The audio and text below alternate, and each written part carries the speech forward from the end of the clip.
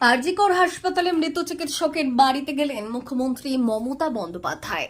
সোমবার বেলা 1:45 নাগাদ মৃত চিকিৎসকের বাড়িতে পৌঁছন মুখ্যমন্ত্রী।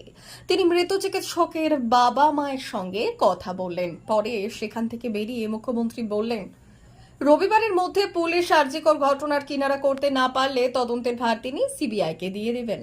প্রসঙ্গত, আরজিকর হাসপাতালে ঘটনার পরই মৃত চিকিৎসকের বাবা মায়ের সঙ্গে ফোনে কথা বলেছিলেন মুখ্যমন্ত্রী মমতা বন্দ্যোপাধ্যায়।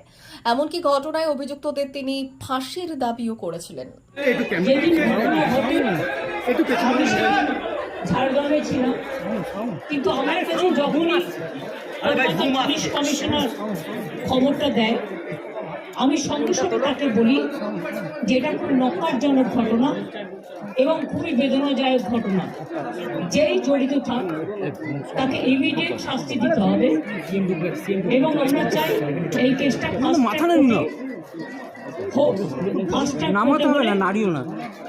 জুডিশিয়াল প্রসেসটা তাড়াতাড়ি হবে এবং তাতে আমরা ফাঁসির দাবি জানাবো। কারণ কিছু মনে রাখবেন, কিছু লোক এখনো সামাজিক অবক্ষয়ের মধ্যে আছেন, সামাজিক মূল্যবোধটাকে ভুলে গেছেন। মেয়েদের গায়ে হাত দেয় যে কত বড় অপরাধ এবং তার সাথে যে অত্যাচার করেছে বা তাকে যেভাবে খুন করেছে, আমি আশ্চর্য হয়ে যাচ্ছি। ওখানে নার্সরা ছিলেন, ওখানে ওদের সিকিউরিটি ছিলেন, সবাই ছিল, কিন্তু কি করে ঘটনা ঘটলো এটা এখনো আমি ঠিক বুঝতে পারছি। পুলিশকে আমি বলেছি,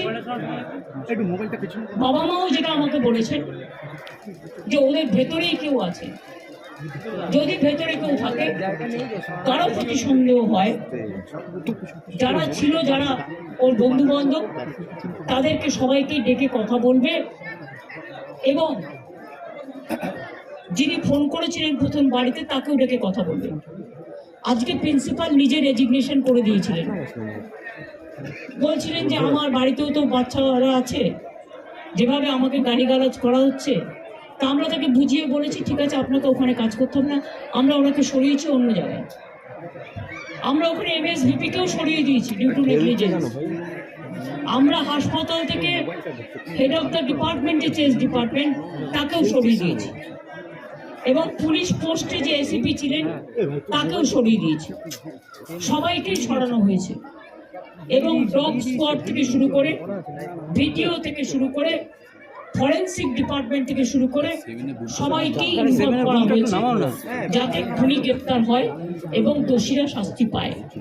এবং আমি চাই পুলিশ যত তাড়াতাড়ি সম্ভব দোষীদের গ্রেপ্তার করবে।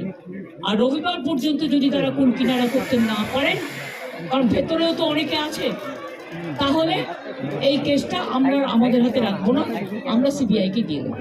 তার কারণ হচ্ছে আমার এতে কোনো পাওয়ার লেনা দেনা কিছু নেই, আমি প্রথম দিন থেকেই বলছি। কিন্তু ওদের সাকসেস রেট খুব কম। তাপসী মালিককে যখন খুন করে হত্যা করা হয়, ধর্ষণ করে, আজ পর্যন্ত বিচার হয়নি। 21 সিঙ্গুরে এটা হয়েছিল। নন্দীগ্রামে যখন 14 জন গুলিতে মারা যায় বা 10 জন হারিয়ে যায়, আজও তারা ফিরে আসেনি। এই কেসগুলো সিবিআই এর হাতে ছিল, রিজার্ভের কেসও ছিল, একটা কেসেরও বিচার হয়নি। এমনকি রবীন্দ্রনাথ ঠাকুরের নোবেল প্রাইজ চুরি হয়েছিল, সেই কেসটাও ছিল, মানুষ কোনো বিচার পায়নি। কিন্তু তবু মানুষের স্যাটিসফ্যাকশনের জন্য যদি কেউ ভাবতে পারে যে পুলিশ ঠিক মতো করতে